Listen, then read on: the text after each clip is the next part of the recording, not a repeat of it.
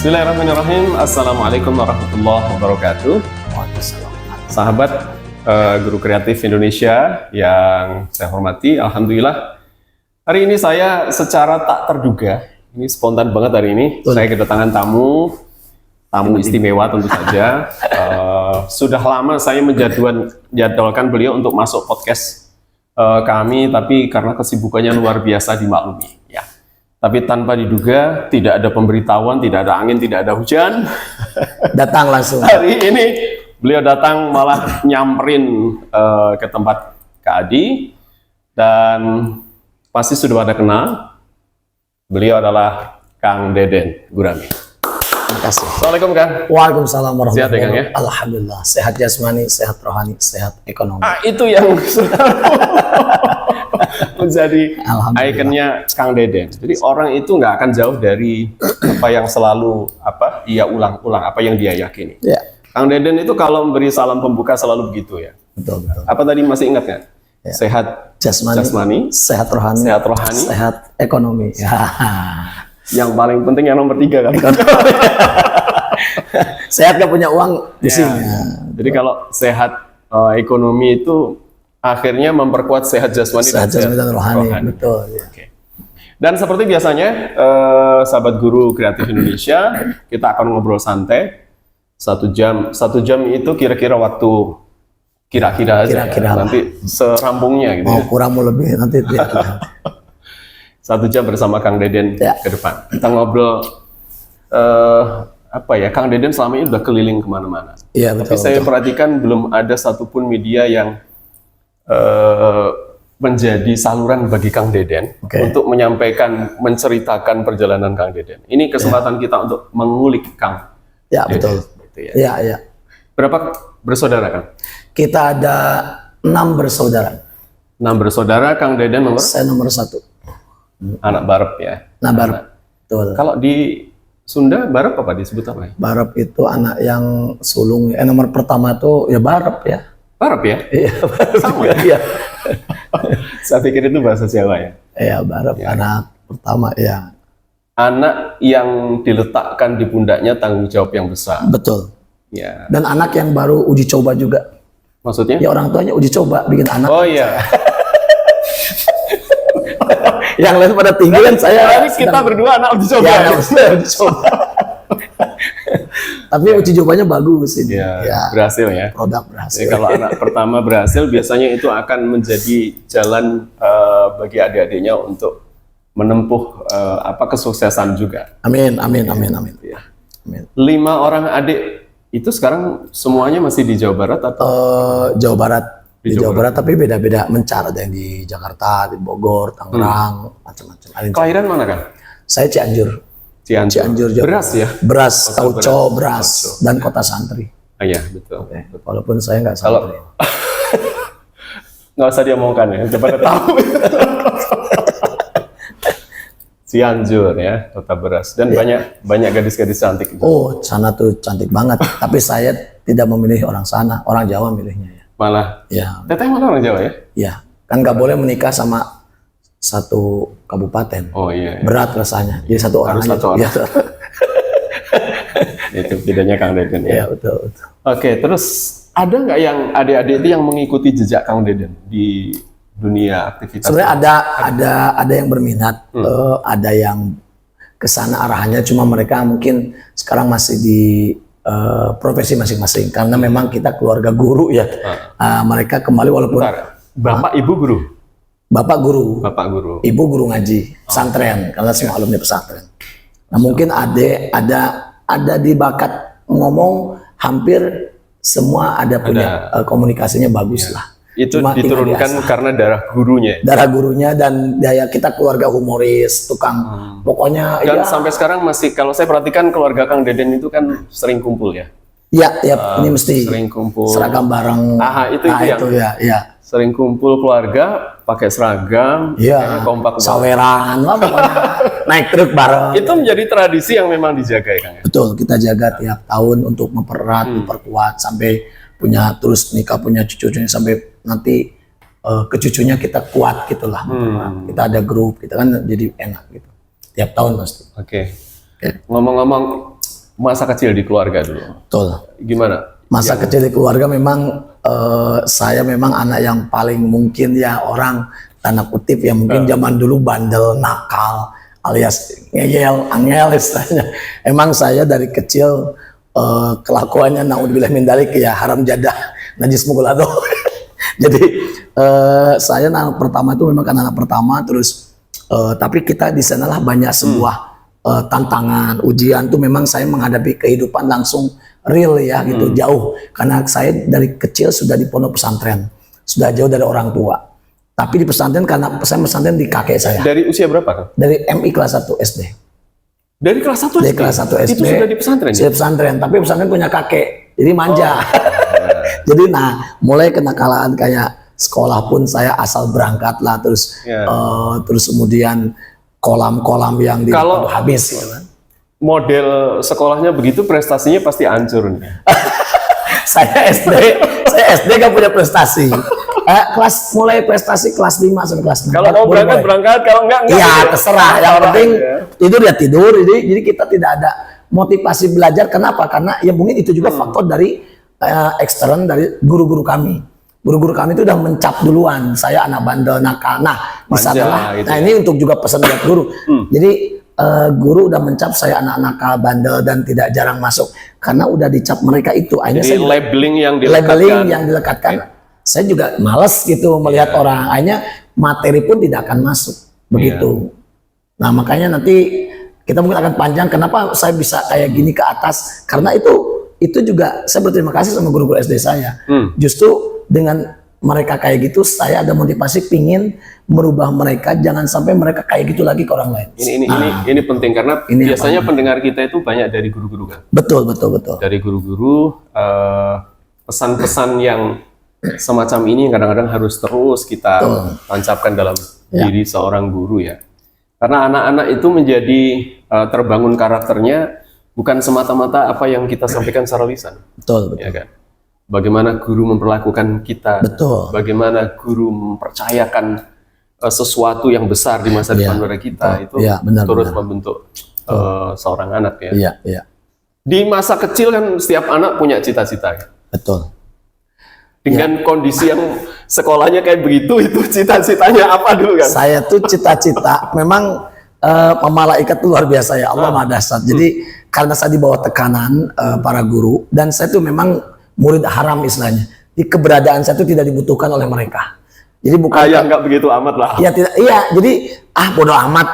Nggak ada dan bahkan nggak ada saya tuh. Mereka bersyukur karena saya memang pengacau, problem maker. Saya problem maker. Jadi kelas bisa hancur, teman bisa nangis, guru pun hampir 97% pasti nangis dengan kelakuan saya. Karena naudzubillah min dzalik benar. Segitunya kan? Segitunya karena saya suka usil, suka iseng. Kadang nyimpen tikus di bawah meja. Sudah suka usil, saya potong doang. Iya. Sudah suka usil, cucunya Pak Kiainya lagi. Jadi nggak ada yang berani gitu ya. Nah, itu yang jadi masalah itu. Karena yayasan punya kakek. Iya itu. Jadi nggak ada yang berani, tapi mereka kesel. Kalau bahasa Sunda kehel istilahnya. Kesel. Kehel. Nah, dari perjalanan sampai kelas 4 saya kadang ujian pun saya nggak ikut. Karena pasti rankingnya pasti terakhir. Jadi murid 28, rankingnya 28 gitu. Tetap dinaikin. Nah itu yang sering Nah dari perjalanan itulah saya ingin ada sahabat namanya si Eko ya dia ini teman SD ya? Teman SD. Cita-cita memang ia ingin jadi preman karena bapaknya preman. Kalau saya, nah dia sendiri bahkan yang justru bilang, Den, kamu tuh besok bakal jadi orang hebat loh. Kamu tuh besok bakal jadi penceramah katanya gitu. Saya juga bilang, kamu juga besok bakal jadi preman kelas kakak. Sambil guyon. Jadi setiap upacara tuh kita sering guyon, humor sama dia. Nah, saya tuh ada karena saya di bawah tekanan, sering dibanding-bandingkan, di labeling guru itu udah jelek lah. Kalau saya tuh semua mata guru kalau saya nilai bagus mesti nggak percaya, pasti nyontek. Kalau ada nilai pasti nyontek. Itu tuh yang poin dari guru itu. Nah, saya kesel kan. Sampai saya ada impian, saya besok suatu saat pingin jadi guru, tapi nggak seperti mereka. Pingin yang guru yang menyenangkan. Jadi dendam positif. Dendam positif. Kan bagus dendam positif. Nah mungkin malaikat waktu itu jadi cita-citanya sekarang nggak langsung kalau ditanya, jadi guru ya? Saya jadi mubalik. Jadi mubalik. Belum ke guru, mubalik, tapi yang menyenangkan. bisa mengajak, bisa memberi materi, termasuk ya ke guru. Cuma saya intinya waktu itu mubalik. Nah, dari kelas 4 karena sudah dianggap guru ada laporan ke orang tua, saya ditarik di pondok pesantren. Akhirnya di rumah saya 2 tahun dibina sama ayah, ngaji kitab kuning sama ayah karena ayah alumni pondok, semua dibina, dibimbing sendiri sama ini, dan saya ternyata jadi. Ternyata tergantung, makanya sesuatu bisa jadi tergantung orang yang megangnya. Ternyata orang. Tapi pendidikan formal dari SD tadi sampai ke aliyah itu di pondok tadi ya? Saya di pondok. Saya ke pondok lagi SMP. Oh, nah, saya mulai setelah disentuh ayah, saya dapat nilai bagus. Kemudian saya ikut lomba tahfidz Quran, tartil Quran. Ternyata saya bisa dilatih dan dapat juara. Itu pun guru gak ada yang percaya. saking cap bandel nakanya itu begitu kan. Makanya ya saya senang, saya nikmatin. Nah, baru kelas 1 baru saya mulai impian pengen jadi penceramah, pengen jadi mubalik, sampai punya idola almarhum Zainuddin MZ ya. Waktu itu yang lagi. Siapa yang tidak mengidolakan beliau waktu itu? Betul, waktu itu. Nah, makanya di sanalah ibu bapak lihat minat saya juga, kayaknya ada bakat karena saya bawel, cerewet, suka ngerjain, usilin, diarahkanlah. Ini di pesantren belajar ada namanya muhadharah ya, latihan pidato. Saya latihan, saya ikut lomba-lomba antar pesantren, antar sekolah. Mulailah bakat itu. Di Cianjur juga? Di Cianjur. Saya dapat juara-juara, mulai prestasi banyak. Piala selemari sudah full. Alhamdulillah. Tapi mulai dari kelas 5 lah ya, mulai ini. Kelas 4 ke sana naudzubillah min dzalik. Nah, itulah cita-citanya alhamdulillah dari kecil. Luar biasa ini. Betul. Jadi kayaknya itu ya, kalau tadi disebut dendam positif itu yang mewarnai banyak ide-ide Kang Deden di masa kini. Betul. Membuat branding yang lebih menyenangkan pada dunia pendidikan khususnya anak. Iya. Jadi Kang Deden ini adalah founder Gurame, ya, komunitas guru asik menyenangkan. Sebuah impian yang sudah terbangun sejak masa kecil karena beliau mendapatkan perlakuan yang tidak mengenakkan, setidaknya dari perspektif beliau sendiri di masa kecil gitu ya. Sehingga ingin menghadirkan suasana yang asik menyenangkan itu dalam setiap pembelajaran seorang guru dengan murid-muridnya. Betul. Gitu ya. Oke. Lalu mulai kenal Jogja karena dulu saya pernah dengar katanya pernah mondok di Jogja juga. Jogja juga. Itu saya ketika kuliah berarti ya? Saya kuliah Jogja, dari Edman, Cianjur lanjut ke Jogja. Win. YIN masih YIN. Sekarang Win ya. Oke. Ambil apa ya? Ngambil sesuai dengan bakat minat tadi saya, dakwah, fakultas koar ya. Dakwah YIN Sunan Kali. Fakultas dakwah yang Sunan Jaga Yogyakarta. Bimbingan penyuluhan saya ngambilnya. Sampai lulus nggak itu? lulus ya. Lulus lah itu. Alhamdulillah itu udah terasa, udah cerdas, udah banyak ini sentuhan-sentuhan. Jadi banyak. Berangkat ke Jogja sudah membawa pribadi yang baru, udah pribadi yang baru. Bukan Deden yang bandel dulu. Bukan, udah Deden yang punya prestasi, punya leader, punya bakat entrepreneur dan sebagainya. Udah terlatih. Oke. Tadi kita sudah ngomong sedikit tentang Gurame. Iya. Gimana awalnya Gurame ini? Gurame. Gimana itu? Yang awal Gurame itu dulu kan saya mungkin saya kenapa terjun kepada guru. Pas waktu di SMA pun saya dari Pak Kiai sering ngajar anak. Banyak anak tuh suka sama saya. Jadi saya kadang ada panci, ada apa nih kayak gini tuh dipakai alat musik, Pak. Oh, iya? Sampai saya sudah ngomong gini harus diminum dulu. Sebentar, dikat sebentar. Ngopi dulu. Bismillahirrahmanirrahim. Ngopi dulu ya. Ini kopi dari bubuk jahe karya Kak Adi nanti. Ya, pokoknya mantap buat kesehatan. Jahe hitam kan? Dari jahe hitam, maknyus ya. Ini alhamdulillah. Lanjut ya. Oke. Tadi Gurame ya. Gurame.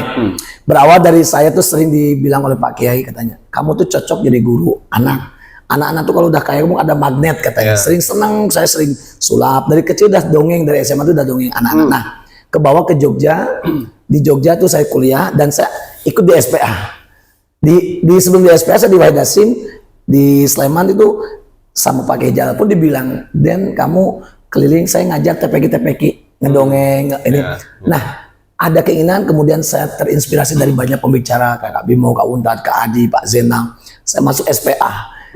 Saya jarang aktif di kampus untuk kayak kegiatan organisasi mahasiswa karena udah bosan SMA saya. Akhirnya saya terjun di dunia anak itu, ingin tahu psikologi anak. Dulu kan ada Kak 100 ya, Zena almarhum ini luar biasa menginspirasi. Saya ikut yang Kak Adi, semua Kak Adi cipta lagu, Kak Bimo dongeng. Kemudian saya tertarik aneka-aneka suara, Kak Untat dengan mimik yang luar biasa. Nah, di sanalah kami belajar mengapa orang bisa kok, saya nggak bisa, pasti bisa. Karena itu bukan bakat, tapi itu bukan terlahir, tapi terlatih. Maka saya ada keinginan kuat, istilahnya ada rumus ST ya. Satu strong why, strong why. Dua tool, 3 habits. Nah, strong why ini ada sebuah dorongan, minat, visi, cita-cita. Saya pingin kayak mereka, impian saya tuh pingin kayak gini. Bagaimana mengasihkan, bagaimana menyenangkan. Nah, kalau punya niat, visi kuat, cita-cita kuat, tapi nggak punya tool, kan sama aja. Makanya tool itu di mana? SPA lah, Silaturahim Pecinta Anak Yogyakarta. Ya, SPA itu sebuah yayasan dakwah pendidikan. Yayasan dakwah yang ada di Jogja. Yang termasuk Kak Adi sekarang yayasan ya. Nah, kebetulan kampus kita ini, tempat podcast kita ini di STPI Insan Mulia, itu di bawah yayasan SPA Indonesia juga. Jadi memang tahun-tahun 90-an seperti Kang Deden cerita tadi, kita agak fokus juga. Booming ya, betul. Pelatihan-pelatihan untuk guru ngaji, guru-guru TK di Yogyakarta. SPA ini turut menjadi salah satu pemrakarsa. Betul. Dan menjadikan banyak para pembicara-pembicara alumni SPA, termasuk saya ya. Adi ini senior dan guru besar saya ya. Guru tinggi. Kutilang, guru tinggi langsing ya. Nah, makanya dengan SPA saya banyak belajar. Kemudian mulai ada ngundang waktu Cilacap, Kebumen, masih kuliah. Ingin ngisi guru-guru TPQ. Mulai terinspirasi, saya hanya banyak main di blog. Dulu main blog, kirimkan setiap kegiatan. Zaman waktu itu mereka belum pada ke blog, saya udah ke blog ya. Mereka masih, karena dulu blog itu masih dianggap masih agak sulit. Saya belajar HTML. Nah, dari belajar itu tanpa sengaja saya habis ngisi pelatihan, saya memperdalami kekuatan tadi yang strong way, dikuatkan dengan tool, cara, metodenya, strateginya, ilmu-ilmunya, saya pelajarin semua. Ilmu mendongeng gimana, menghadapi anak biar menyenangkan, biar fun, biar asik. Oh, ada Kak Bimo, Kak Untan. Ada ilmu dari lagu, oh ada Kak Adi kayak gimana. Oh, saya dengan Kak Adi belajar. Jadi saya banyak ATM sebenarnya. Jadi amati, tiru, dimodif Pak Jenal, kok bisa menangiskan, udah bisa mentawakan. Saya pelajari ternyata bisa karena dengan jam terbang. Nah, di sanalah ada keinginan, mulai ada 3 provinsi. Waktu Padang, pertama saya keluar kota Padang. Padang itu, nah ada orang komen, Pak Adi, kok keren ya, gurunya asik, menyenangkan. Saya langsung ada ide. Saya singkat. Nama itu muncul dari komen, seorang komen, ada orang Kalteng kalau nggak salah ya. Jadi Kang Deden keren ya, gurunya asik, menyenangkan. Ide muncul, keren, tak singkat Gurame, oke. Jadi Gurame gitu. Ini pasti sebagian besar teman-teman sudah kenal Kang Deden, sudah kenal Gurame, tapi belum tahu cerita ini, Kang. Iya. Saya aja juga baru pertama dengar ini ya. Iya, makanya ada Gurame, saya singkat Gurame, terus kemudian saya falsafahnya, memang Gurame itu dibakar enak, digoreng enak, dipepes enak, dimanapun enak, dan siap menerima tantangan. Jadi salah satu jenis ikan yang paling banyak penggemarnya. Betul, banyak penggemarnya. Nah, dengan itu siapa tahu saya banyak penggemar kan kayak gitu. Ternyata booming brand Gurame itu. Setiap ada Kang Deden pasti Gurame. Kadang-kadang ide hebat itu muncul dari hal yang tak terduga. Betul. Unexpected ya, jadi tak terduga gitu. Makanya kalau Einstein itu mengatakan yang namanya kreativitas itu adalah kejelian kita melihat sesuatu yang tak terlihat orang lain. Betul. Jadi orang lain menganggap itu sepele. Iya, betul. Tapi ternyata ini jadi pintu hokinya Kang Deden. Iya. Hal sederhana ya, sepele tapi jadi pintu hoki saya. Jadi melihat sesuatu yang tak terlihat. Gurame, guru asik menyenangkan. Ada banyak hal yang selama Kak Adi terlibat di kegiatan-kegiatan pelatihan Gurame yang sering saya dengar disampaikan Kang Deden. Salah satunya itu ada semacam falsafah belajar bahwa mendidik itu tak bisa mendadak. Betul. Mendadak. Tidak bisa mendidik. Tidak bisa mendidik. Bisa dijelaskan sedikit kan? Ya, itu ada sebuah, ini sebenarnya bukan dari saya. Itu saya dengar dari sahabat ya, Bunda Ucu. Jadi mendidik tidak bisa mendadak. Betul. Kenapa tidak bisa mendadak? Karena mendidik itu penting, butuh tool tadi, butuh ilmunya, caranya, strateginya, metode pendekatan kita itu butuh. Jadi kalau sudah punya ilmunya, sudah kekuasain, dalam waktu mendadak pun bisa. Itu motonya. Makanya mendidik tidak bisa mendadak, harus dengan ilmunya.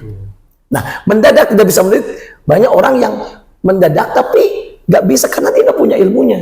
Nah, kemudian disimpulkan sekarang kalau udah punya ilmunya, kapanpun dimanapun kita siap. Tapi kalau nggak punya ilmu, hati-hati bisa terjebak dan kita anjlok. Bisa jadi wibawa kita turun, maju pede aja tapi nggak punya ilmu. Makanya kita banyak orang pede itu kan punya ilmunya, iya kan? Betul nggak? Termasuk menyerap ilmu itu tidak boleh setengah-setengah juga. Betul, betul. Kalau Kang Deden selama ini kemana-mana sering identik dengan penampilan yang nyantri. Biasanya kepalanya selalu tertutup. Ya, ini karena dadakan. Bawa sebenarnya. Ini pinjam peci ke Adi ya. Walaupun dah lama pecinya ini lihat. Yang penting agak ngepas lah. Biasa pakai ini karena nggak ada janjian gitu. Yang paling sering itu kalau profil Kang Deden itu biasanya pakai penutup dari Melayu itu. Yang Melayu dari Tanja. Dari macam-macam provinsi lah. Iya, jadi kembali ke mendidik tak bisa mendadak dan sebaliknya. Jadi kan kalau kita lihat kan itu ya yang paling menonjol di Kang Deden itu penampilan.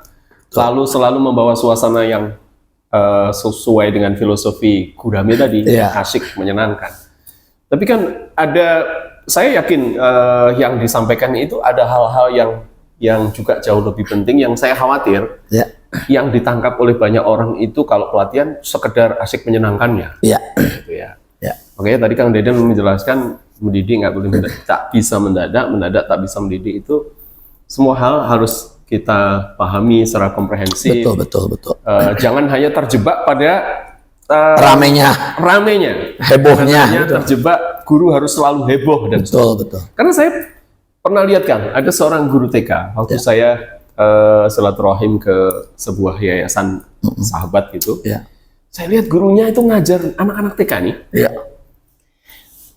Yang nggak jauh banget dengan yang dibayangkan dan diajarkan Kang Deden ya.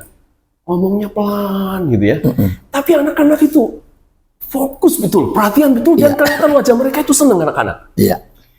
Nah, ada situasi-situasi tertentu di mana seorang guru itu tetap menjadi idola. Tetap menjadi idola meskipun tidak harus yang heboh gitu. Betul. Gimana kan? Ya sebenarnya kan itu juga kepembawaan diri ya. Minimal kita sebagai sabda Rasulullah bagaimana memuliakan anak, membahagiakan anak, kan ada janji kita dikasih pintu Darul Faroh ya. Betul nggak? Darul Faroh ini memuliakan, membahagiakan, menceriakan. Bagaimana mau menceriakan? Wajah aja kita nggak ceria. Ya kan? Makanya saya berlandas dari dalil. Pintu pertama wajah kita. Wajahun malihun. Iya, wajahun malih itu wajah yang ceria, wajah yang dilihat itu menyenangkan. Iya, mungkin tadi juga yang disampaikan Kak Adi, dia menyenangkan, walaupun tidak heboh. Jadi menyenangkan itu tidak harus, karena ini karakter saya beda. Oh, ibu Kak Adi juga beda pembawaannya. Kak Adi mungkin kayak saya, mungkin diketawain. Karena beda karakter. Nah, tapi menyenangkannya Kak Adi bukan dari sini, ya kan kayak gitu. Misal dari yang kedua, misalnya lisanun fasihun, misalnya ucapan yang betul-betul tertata, terstruktur. Kak Adi kan bagus, kata-katanya itu puitis gitu ya, karena dia memang gemah tapi bukan gemulai begini. Bahasanya itu memang beda dengan saya. Bahasa saya kan tak misalnya Kak Adi itu beda. Mungkin yang disenangkan orang lihat dari susunan kata Kak Adi dari lisanun fasih. Saya dari mungkin wajhun malih misalnya. Ya kan? Nah, itu jadi tidak harus di kelas itu heboh gitu, tidak harus. Tidak harus diambil sisi itunya selalu. Betul, kan masih banyak. Karena asik menyenangkan bisa hadir pada banyak aspek. Pada banyak aspek. Yang ketiga dari hati. Kalaupun nakiyun, agim, kan tidak heboh, tidak ini. Tapi dengan bahasa hatinya orang senang. Betul. Ya kan? Nah, jadi terus ada orang nggak bisa ngomong, hati nggak ini, terus wajah nggak ini, tapi dia dari yadun sahyun, selalu berbuat baik ke orang, kan menyenangkan. Ringan tangan. Ringan tangan, disukai banyak orang. Anak-anak suka, mau ketemu kasih hadiah. Itu juga membuat anak senang, karena anak tuh diantaranya, makanya kita kan sering ke anak-anak, ke guru tuh gini, masuk ke dunia mereka, lalu arahkan dunia mereka ke dunia kita. Itu salah satu prinsip kuantum. Asas kuantum, ya kan, di dalam asas kuantum kita harus masuk ke dunia mereka. Apa hobinya, apa keinginannya. Makanya dari 4 tadi, wajhun malihun, lisanun fasihun, qalbun naqiyun, yadun sahyun, itu masuk kita. Sehingga apa kesukaan apa, makanya anak kan gampang dengan anak sebenarnya. Nyanyi, nari, lagu, sulap, dongeng, cuma itu dikuasain. Ya kan? Terus kasih hadiah, itu semua ada. Maka Rasulullah ngajarkan itu baik dan tidak harus heboh. Kita di kelas itu hebohnya apa? Karena kita klasikal, membawa anak, maka kita ceriakan diri kita dengan sebuah ice breaking, membuka kelas yang mengonkan. Nah itu biar tidak itu ceritanya Kak Hadi. Kan nggak mungkin juga ya kalau Kang Deden ngisi pelatihan mungkin bisa. Tapi kalau ibu guru di dalam kelas selama 1 tahun,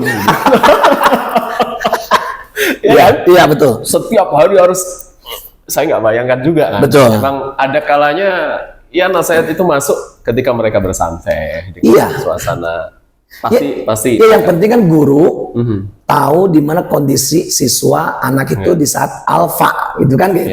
Di mana dendritik kita sel neuron kita tuh siap karena fokus, karena on dengan gaya kita, kan kayak gitu. Dan gaya kita tidak harus kayak saya. Kayak Kak Adi, saya bisa on dengan gaya Kak Adi. Diam, pendiam kayak gini misalnya. Tapi kita bisa tertarik, kan bisa. Jadi tidak harus kayak saya. Dan guru pun tidak harus ngikut kayak saya. Kita hanya begini loh, mengonkan kelas, bagaimana kondisi anak alfa di saat beta, tidak perlu dikasih materi saat beta, mereka lagi mengerjakan. Guru tahu kondisi otak, saya yakin anak itu akan merindukan mereka sosoknya, karena gurunya unik, menarik, akhirnya tertarik. Nah, itu juga yang sering disampaikan di Gurame. Apa tadi ya? Guru itu datang menyenangkan, pulang dirindukan. Datang menyenangkan, pulang dirindukan. Betul. Nah, itu menurut saya sesuatu yang lebih mendasar dibandingkan sekedar asik menyenangkan pada tataran aspek fisik ya. Betul. Karena kalau guru datang menyenangkan, pulang dirindukan, itu pasti asik menyenangkan di mata muridnya. Betul. Itu kan ya? Iya. Makanya kan kita kan dengan siswa itu kan membangun sebuah, kan ada namanya limbic system, reptilia. Nah, kita kan membangun ke limbic system, pusat emosi anak. Makanya dengan pusat emosi anak itu, kemampuan kita masuk ke dunia mereka itu seperti apa? Mungkin teman kita sering lihat saya heboh. Bukan berarti harus heboh tiap hari, kan capek lah guru. Tapi kan ada titik-titik di mana orang membayangkan itu di rumah sama istri sama anak-anak. Enggak juga ya. Oh, enggak juga. Kita dengan aja gitu. Cuma kan pembawaan gitu tuh akan terbawa dalam keseharian. Nah kayak gitu. Kak Adi tidak mungkin seperti saya heboh kayak gini. Tapi kan Kak Adi menarik bagi orang yang senang dengan apa yang disukai keluar dari Kak Adi, kan begitu. Mereka juga ada yang nggak suka terlalu heboh ini, ada akan tergantung mereka. Makanya seorang guru tuh harus pinter-pinter melihat mereka kayak tadi, masuk ke dunia mereka. Oh ini ternyata ini suka ini. Kan ada anak yang suka kompetisi, ada anak yang enggak. Kita harus tahu. Nah kan kayak gitu. Makanya itu kan ada penafsiran. Makanya ada orang pernah di status pelatihan kok rame-rame terus kayak gitu, ada kayak gitu, nggak tahu menyinggung siapapun. Tapi kalau dilihat kita kan dalam waktu pelatihan 3 jam misalnya, ada motivasinya, ada teorinya. Nah kadang kita kan teorinya tidak dikeluarkan, yang dikeluarkan yang heboh-hebohnya aja, karena yang menarik itu untuk menarik brand kita dan menarik itu. Kalau materinya kita kayak tadi, bagaimana untuk menjadi guru penggerak, guru yang menyentuh dan berdampak. Makanya tadi strong way perbaiki dulu. Kedua, toolnya dikuatkan dulu, bisa kuliah S1 PAUD di STPI, bisa kan? Itu tool kan kayak gitu kan? Ini kan kita lagi di STPI, sekolah yang kreatif ya, benar tadi. Jadi brandingnya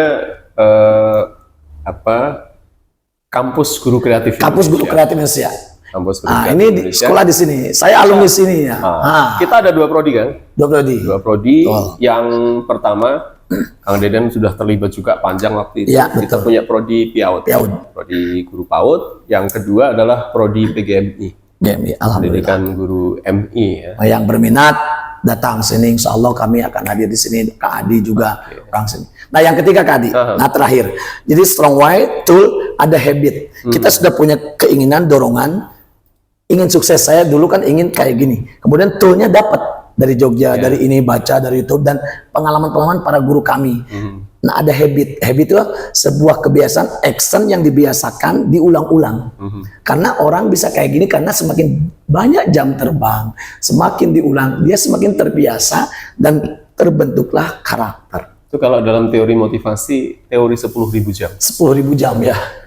Teori 10.000 jam. Banyaklah motivator yang menyampaikan itu. Jadi sebenarnya potensi-potensi kita itu sebagian besar terasah bukan karena bakat. Betul. Tapi sebagian besar itu matang karena proses latihan kita. Terlatih ya, bukan terlahir tadi. Iya, proses latihan. Dan teori 10.000 jam itu sudah diteliti di banyak aspek, banyak bidang profesi. Itu bisa dipastikan ya lebih dari 90% berhasil. Betul. Jadi kalau Anda ingin ahli dalam bidang tertentu, lakukan tekuni dan bersabar dalam proses latihan pada bidang itu. Kalau sudah lewat 10.000 jam, pasti Anda akan expert. Betul. Itu ya. Pasti expert. Dan itu yang terjadi pada Kang Deden. Iya. Kadang-kadang saya sendiri bingung teman-teman. Kang Deden ini sebenarnya fokusnya itu apa?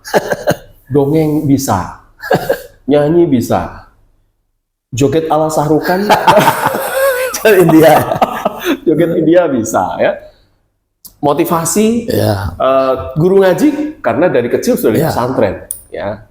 Aktif kuliah juga dekat dengan beberapa kiai ya. Saya perhatikan sering mendampingi abah kiai kemana-mana. Kalau libur saya ngaji di pondok. Nah ini dialami dan dilakukan sendiri oleh Kang Deden. Setiap yang menjadi keinginan beliau untuk expert di situ, beliau bersabar dan berproses untuk mematangkan itu dengan latihan-latihan panjang. Jam terbang tadi Kang Deden bilang ya? Iya betul, jam terbang. Semakin banyak jam terbang, semakin terasah. Oke, lanjut tentang gurame Kang. Gurame, ya. Oke, apa sih sebenarnya yang haus saya minum dulu ya. Kopi jahe hitam dari Kak Adi, mantap ini. Ya, gimana dia? Oke, balik ke gurame ya. Ya. Sebenarnya apa yang ingin diwujudkan, mimpi-mimpi besar Kang Deden melalui gurame? Karena saya perhatikan sejak gurame berdiri sampai sekarang itu yang hebat bukan sekedar proses transfer ilmu di pelatihannya. Betul. Tapi bagaimana Kang Deden itu mengkader banyak anak-anak muda, guru-guru di berbagai daerah. Betul, ya. Ya, untuk kemudian terlibat dalam satu gerakan pendidikan yang asik menyenangkan ini. Betul. Ada mimpi besar apa di balik gerakan gurame itu? Ya. Mimpi saya memang tidak terlalu muluk-muluk ya. Yang jelas saya ingin mencetak mereka yang dari guru biasa menjadi luar biasa. Naik kelas lah. Mereka tidak harus terus ikut di bawah orang, tapi bagaimana kita orang-orang ikut kita dengan punya skill yang luar biasa. Yang asalnya kita banyak kan trainer-trainer yang kita cetak, yang dari dia bukan guru PAUD pun, sekarang jadi trainer PAUD kan kayak gitu. Dulu hanya pegawai restoran misalnya. Ternyata kan bisa dilatih dengan jam terbang, kita bikin kasih jam, kita bangun, terlatih. Nah, saya pingin anak muda atau guru-guru muda ini tidak hanya, mohon maaf dalam kutip ya, tidak mengandalkan harus ASN, harus ikut ini. Jadi kita harus kreatif. Sebenarnya tidak ada istilah nganggur. Kalau kita kreatif, itu magnet daya tarikan rezeki itu banyak sebenarnya. Ya rezeki itu macam-macam ya, sehat, kekuatan kita, terus kemudian ada materi. Nah, kayak materi hal ini sebenarnya kita banyak dikejar kalau kita kreatif. Nah, kita kadang kan sudah terini oleh harus ikut tes ini jadi ini. Nah, akhirnya kalau nggak keterima mereka nggak. Nah, saya ingin guru-guru ini tidak bukan berarti saya tidak harus PNS, tidak. Saya ingin mereka punya kreativitas. Itu cita-cita yang bagus juga. Cita-cita saya, iya cita bagus. Maksudnya gini Pak Adi, jangan sampai hanya monoton ke sana. Tapi kita coba berusaha untuk kreatif, menjadi dirinya sendiri. Jangan ingin harus di ini orang. Kalau bisa kita ada impian membangun orang, meramaikan orang sampai orang-orang tuh kita betul-betul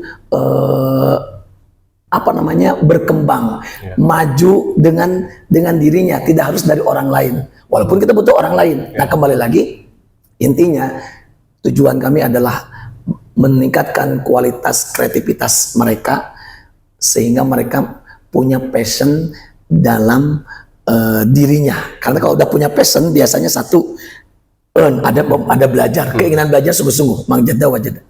Iya kan? Kedua nanti dia akan sudah punya rasa belajar, dia nanti akan ngerasain expert ya. Expert di bidangnya. Karena dia banyak belajar. Karena dia punya passion. Nah, banyak orang sudah punya passion tapi kerja di tempatnya nggak ada passionnya. Ini yang terjadi. Kita nggak kutip ya. Misalnya kita kerja nih, saya passionnya ini, tapi kerja di sini kan nggak ada passion tuh. Akhirnya mereka nggak nikmat, akhirnya banyak mengeluh kesah. Di sana ketidakbarokahan, banyak korupsi waktu karena dia passionnya ke bisnis misalnya, kerja di kantor karena ingin dapat ini, misalnya lagi di kantor malah bisnis bukannya ngurusin ini, itu banyak terjadi. Lagi ngajar dia, makanya saya pernah sampaikan, guru itu ada guru betulan, ada guru kebetulan.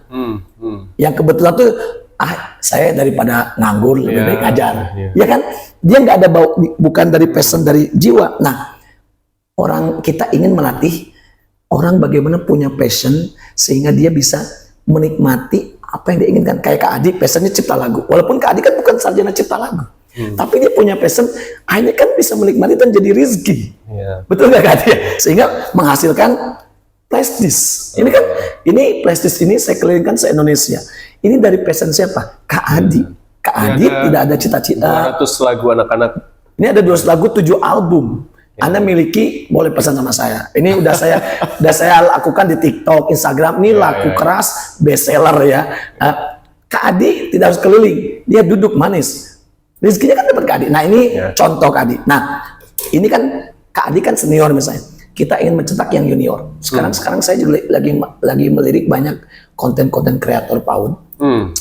Ini besok di bulan Juli kami akan ada roadshow. Saya mau membangun brand mereka yang masih muda-muda, guru PAUD. Mereka dari praktis guru PAUD. Sehingga biar naik kelas, coba merasakan di atas, merasakan bagaimana konten-konten itu semua guru bisa menarik sehingga dia bisa dapat endorse dari TikTok, endorse dari Instagram. Itu lumayan banget. Sebenarnya mereka juga sekarang mulai terlatih ya, meskipun beberapa pihak menganggap itu sebagai beban ketika muncul PMM misalnya. Betul. Tapi positifnya saya juga melihat banyak guru-guru yang sangat bergairah berkarya. Ya makanya kembali lagi kepada kita sih sebenarnya. Makanya kan saya cita-cita besar itu ya mencetak para trainer, motivator yang dia bisa mencetak yang lain sehingga dengan motivasi ini tercetak lagi semakin banyak, semakin kuatlah nanti 2025 misalnya 2040 masa keemasan, orang tuanya terbentuk dari mana? Dari para guru-guru yang sudah aktif di sekolah. Nah, kita cetak semakin banyak, semakin kuat. Kita mendidik dari kayak ayah Edi mengajar strong from home misalnya dari rumah. Kita bentuk semua gurunya, orang tuanya, siswanya. Itu nanti akan lebih kuat kan kayak gitu. Nah, saya mulai mungkin dari gurunya.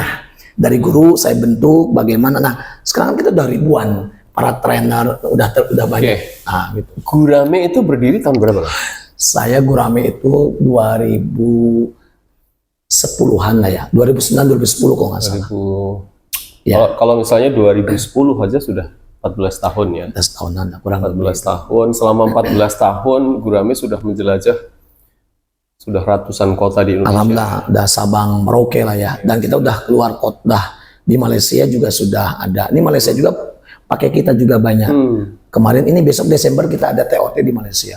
Oh iya. Sekaligus kami mau bimbing umroh ke Turki. Kita berangkat dari Malaysia. Paling 2 hari kami ada di Malaysia untuk melatih para guru-guru Malaysia. Kemarin banyak peminat juga Pak Adi. Mereka karena banyak stres juga katanya di sana. Sehingga pembicaraan kita latih itu. Ya.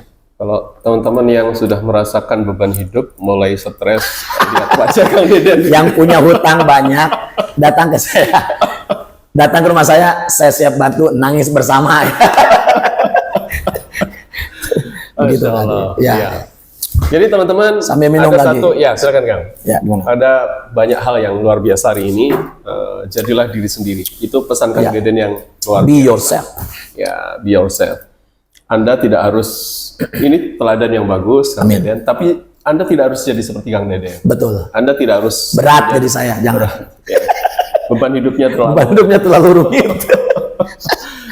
Ya, jadi menjadi diri sendiri dimulai dari passion itu bagus. Tapi memulai dengan tantangan-tantangan untuk mencoba itu juga bagus. Kang Deden tadi mengatakan salah satu tips yang sering dipakai juga oleh para kreator, orang-orang besar, ATM, amati, tiru, modifikasi. Cara yang paling mudah untuk belajar. Ya, mengamati orang-orang yang sudah lebih dulu sukses dibandingkan kita, belajar banyak dari dia, lalu mulai bergerak seperti mereka, lalu buat sedikit distingsi perbedaan. Insya Allah itu akan membuat kita menemukan sesuatu yang bisa kita nikmati dan kita banggakan dalam hidup. Betul. Ya, menjadi diri sendiri tidak harus menguasai banyak hal juga. Kebetulan orang seperti Kang Deden ini agak langka. Semuanya pengen dipelajari. Manusia langka. Semuanya pengen dipelajari, tapi ada juga teman-teman tertentu Kang yang fokus, telaten, sabar di satu bidang. Betul. Dan mereka ini juga punya potensi sukses. Ya. Sekali lagi, jadi diri sendiri. Saya saja nggak bisa jadi Kang Deden. Betul. Saya juga nggak bisa kayak dia. Kalau Kang Deden ada gurame, Kak Adi punya SCLA. Ya, SCLA ya. SCLA, Sekolah Cipta Lagu Anak. Insya Allah ini 1 dan 2 Juni besok kita ada SCLA Angkatan 20 kan? Alhamdulillah. Di Jogja ya? Bukan, karena kita baru mulai lagi, ini kita buat dalam format webinar dulu. Oh, webinar. Ya, oh, 2 hari webinar. Luar. Ya, teman-teman yang masih ada slot ini untuk bisa. Boleh yang mau daftar Cipta Lagu nanti karyanya banyak. Kita kemarin ada alumni loh kayak Umi Susi. Oke. Umi Susi itu lagu-lagunya yang gerak bahagia itu sekarang udah menyebar Nusantara itu. Umi Susi Banyuasin Kang ya? Banyuasin. Dia udah bagus. Ini dulu ini binaan Kak Adi, Sekolah Cipta Lagu. Mudah-mudahan Umi Susi juga nonton nih ya. Amin, amin. Nah, banyak lagu-lagu yang dari alumni Kak Adi kita pakai, terutama ya lagu-lagu Kak Adi pun banyak lagu-lagu guru TK. Makanya alhamdulillah ini banyak yang berhasil. Yang mau ikut segera daftar ya. Ya. Gitu. Baik, nggak kerasa kan sudah 45 menit. Masya Allah, saya juga pingin jalan-jalan ini. Ngobrol dengan master itu nggak kerasa memang. Ya. Sekarang ini jam di depan kita itu sudah 42 menit 30 detik ya. Sepertinya baru 5 menit. Terakhir kan? Nggak terasa. Sampaikan pesan-pesan apa ya penutup untuk teman-teman kita pendengar semuanya. Silakan ya. Buat sahabat-sahabat semua, saya minum kan? silakan. Kan saya terakhir. Bahagia adalah milik kita. Bahagiakan diri Anda, muliakan diri Anda dan orang-orang terdekat Anda. Jangan pernah kau sakiti. Jika engkau menyakiti, maka akan tersakiti. Dan ingat juga buat sahabat-sahabat semua, yuk mulai hari ini fokus dengan diri kita. Jangan banyak memikirkan orang lain, karena belum tentu orang lain belum tentu memikirkan kita. Like, attract, like, kemiripan, menarik sebuah kemiripan. Apa yang kita miripkan, keinginan, harapan, cita-cita, maka itu akan balik kepada kita. Dengan dikuatkan tadi tool kita dan habit, maka sukses akan datang dan kita menjadi bahagia fit dunya wal akhirah. Saya Kang Deden Gurame. Salam syukur.